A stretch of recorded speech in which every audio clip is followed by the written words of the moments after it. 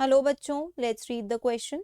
So the question over here says, what is the cause of discontinuous synthesis of DNA on one of the parental strands of DNA? What happens to these short stretches of synthesized DNA?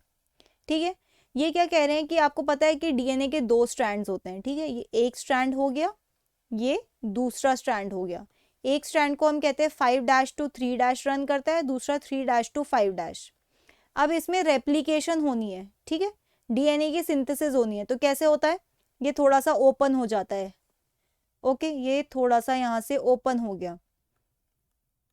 Okay, तो अब होगा क्या, DNA का synthesis, DNA polymerase जो है वो हमेशा 5' से 3' की तरफ सिंथेसाइज होता है. तो होगा ये कि ये वाला जो स्ट्रैंड है ना, यहाँ पे तो नॉर्मल सिंथेसिस चलेगी, ये अपने 5' से 3' की तरफ सिंथेसाइज होगा. लेकिन जो ये वाला स्ट्रैंड है, ये यहाँ से 3' से सिंथेसाइज नहीं हो सकता, ये अपनी उल्टी साइड से सिंथेसाइज होगा.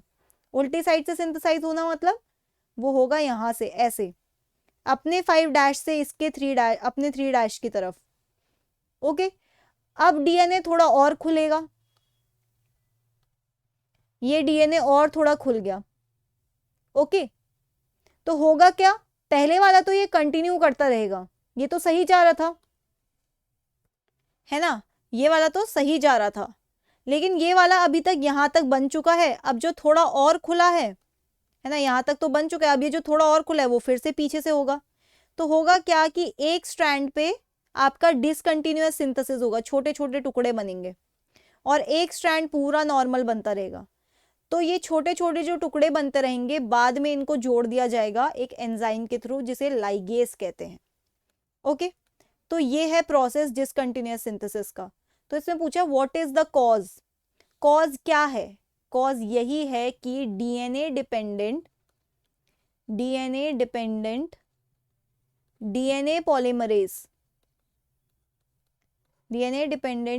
पॉलीमरेज सिंथेसाइजेस ओनली, या आप कहोगे पॉलीमराइजेस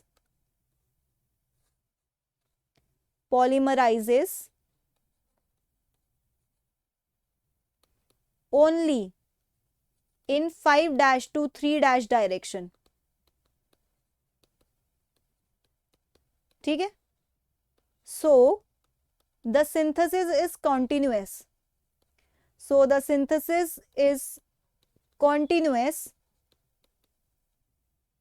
for 5' to 3' rather 3' to 5' है ना. अपने 5' से 3' में वो करता है कॉन्टिन्यूअस सिंथेसिस. लेकिन डीएनए के जो स्ट्रैंड जिसका 3' होगा exposed, for 3' to 5' strand, and discontinuous for 5' to 3' strand. ये इसका कॉज होता है. और अगर हम बोले कि इन स्ट्रैंड्स का होगा क्या आगे चल के, तो आप कहोगे short stretches formed during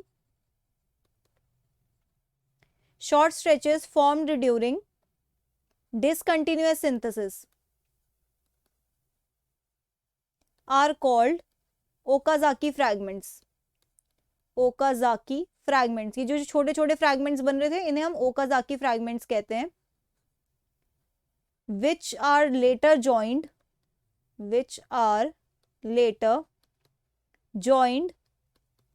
by enzyme called ligase. ठीक है, लाइगेस का काम होता है ज्वाइनिंग का, और ये लाइगेस एनर्जी यूज करके इनको ज्वाइन करता है. Okay, so that's it for the question. I hope you understood it well. Best of luck.